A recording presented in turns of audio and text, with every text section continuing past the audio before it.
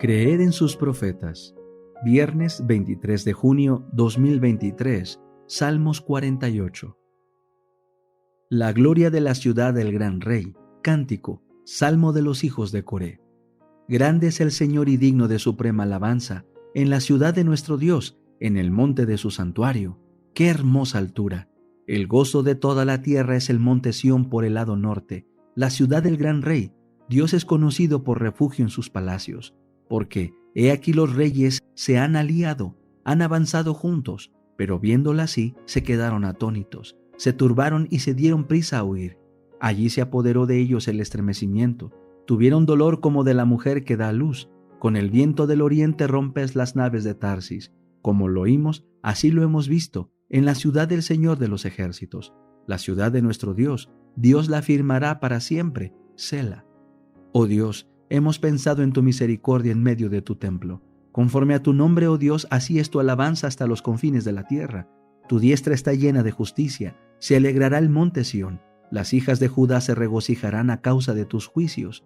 Vayan alrededor de Sión y rodéenla, cuenten sus torres, observen detenidamente su muro exterior, examinen sus palacios para que lo cuenten a la generación venidera, porque Dios es nuestro Dios eternamente y para siempre, por siempre nos guiará.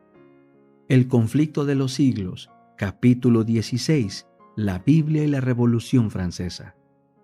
La desdichada Francia recogió con sangre lo que había sembrado. Terribles fueron las consecuencias de su sumisión al poder avasallador de Roma. Allí donde Francia, impulsada por el papismo, prendiera la primera hoguera en los comienzos de la Reforma, allí también la Revolución levantó su primera guillotina. En el mismo sitio en que murieron quemados los primeros mártires del protestantismo en el siglo XVI, fueron precisamente decapitadas las primeras víctimas en el siglo XVIII. Al rechazar Francia el evangelio que le brindaba bienestar, franqueó las puertas a la incredulidad y a la ruina. Una vez desechadas las restricciones de la ley de Dios, se echó de ver que las leyes humanas no tenían fuerza alguna para contener las pasiones, y la nación fue arrastrada a la rebeldía y a la anarquía. La guerra contra la Biblia inició una era conocida en la historia como el reinado del terror. La paz y la dicha fueron desterradas de todos los hogares y de todos los corazones. Nadie tenía la vida segura. El que triunfaba hoy era considerado al día siguiente como sospechoso y le condenaban a muerte. La violencia y la lujuria dominaban sin disputa. El rey, el clero y la nobleza tuvieron que someterse a las atrocidades de un pueblo excitado y frenético. Su sed de venganza subió de punto cuando el rey fue ejecutado, y los mismos que decretaron su muerte le siguieron bien pronto al cadalso. Se resolvió matar a cuantos resultasen sospechosos de ser hostiles a la revolución. Las cárceles se llenaron y hubo en cierta ocasión dentro de sus muros más de 200,000 presos. En las ciudades del reino se registraron crímenes horrorosos. Se levantaba un partido revolucionario contra otro, y Francia quedó convertida en inmenso campo de batalla donde las luchas eran inspiradas y dirigidas por las violencias y las pasiones. En París sucedíanse los tumultos uno a otro, y los ciudadanos divididos en diversos partidos no parecían llevar otra mira que el exterminio mutuo. Y para agravar más aún la miseria general, la nación entera se vio envuelta en prolongada y devastadora guerra con las mayores potencias de Europa. El país estaba casi en bancarrota. El ejército reclamaba pagos atrasados. Los parisienses se morían de hambre. Las provincias habían sido puestas a saco por los bandidos y la civilización casi había desaparecido en la anarquía y la licencia. Harto bien había aprendido el pueblo las lecciones de crueldad y de tormento que con tanta diligencia Roma le enseñara. Al fin había llegado el día de la retribución. Ya no eran los discípulos de Jesús los que eran arrojados a las mazmorras o a la hoguera. Tiempo hacía ya que estos habían perecido o que se hallaban en el destierro. La despiadada Roma sentía ya el poder mortífero de aquellos a quienes ella había enseñado a deleitarse en la perpetración de crímenes sangrientos. El ejemplo de persecución que había dado el clero de Francia durante varios siglos se volvía contra él con señalado vigor. Los cadalsos se teñían con sangre de los sacerdotes. Las galeras y las prisiones en donde antes se confinaba a los hugonotes se hallaban ahora llenas de los perseguidores de ellos, sujetos con cadenas al banquillo del buque y trabajando duramente con los remos. el clero católico romano experimentaba los tormentos que antes con tanta prodigalidad infligiera su iglesia a los mansos herejes. Llegó entonces el día en que el código más bárbaro que jamás se haya conocido fue puesto en vigor por el tribunal más bárbaro que se hubiera visto hasta entonces. Día aquel en que nadie podía saludar a sus vecinos, ni a nadie se le permitía que hiciese oración, so pena de incurrir en el peligro de cometer un crimen digno de muerte, en que los espías acechaban en cada esquina, en que la guillotina no cesaba en su tarea día tras día, en que las cárceles estaban tan llenas de presos que más parecían galeras de esclavos, y en que las acequias corrían al Sena, llevando en sus raudales la sangre de las víctimas.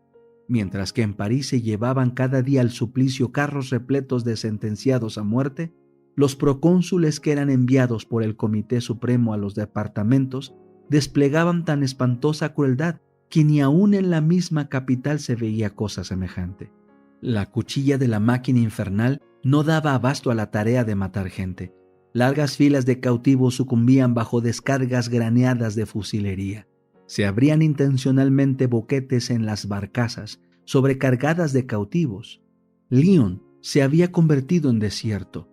En Arras ni aún se concedía a los presos la cruel misericordia de una muerte rápida.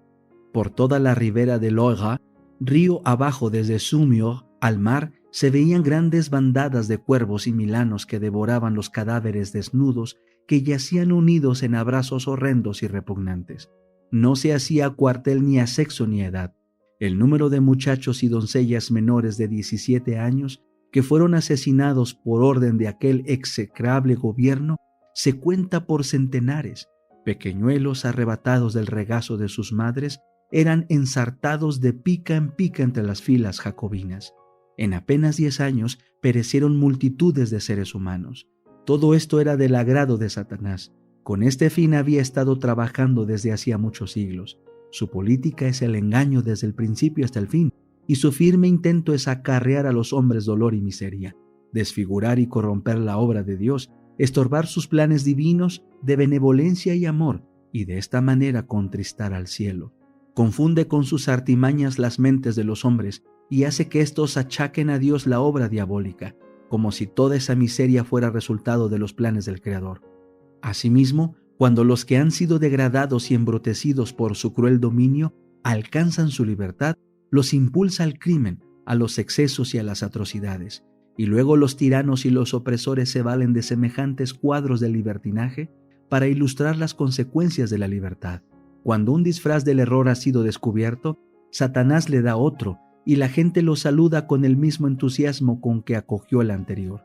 Cuando el pueblo descubrió que el romanismo era un engaño, y él, Satanás, ya no podía conseguir por este medio que se violase la ley de Dios, optó entonces por hacerle creer que todas las religiones eran engañosas, y la Biblia una fábula, y arrojando lejos de sí los estatutos divinos, se entregó a una iniquidad desenfrenada. El error fatal que ocasionó tantos males a los habitantes de Francia fue el desconocimiento de esta gran verdad, que la libertad bien entendida se basa en las prohibiciones de la ley de Dios. Oh, si hubieras escuchado mis mandamientos, entonces tu paz habría sido como un río, y tu justicia como las olas del mar. Mas no hay paz, dice Jehová, para los inicuos. Aquel empero que me oyere a mí, habitará seguro y estará tranquilo, sin temor de mal. Isaías 48, 18 y 22, Proverbios 1:13. Los ateos, los incrédulos y los apóstatas se oponen abiertamente a la ley de Dios, pero los resultados de su influencia prueban que el bienestar del hombre depende de la obediencia a los estatutos divinos. Los que no quieran leer esta lección en el libro de Dios tendrán que leerla en la historia de las naciones. Cuando Satanás obró por la iglesia romana para desviar a los hombres de la obediencia a Dios, nadie sospechaba quiénes fueran sus agentes, y su obra estaba tan bien disfrazada que nadie comprendió que la miseria que de ella resultó fuera fruto de la transgresión. Pero su poder fue contrarrestado de tal modo por la obra del Espíritu de Dios que sus planes no llegaron a desarrollarse hasta su consumación.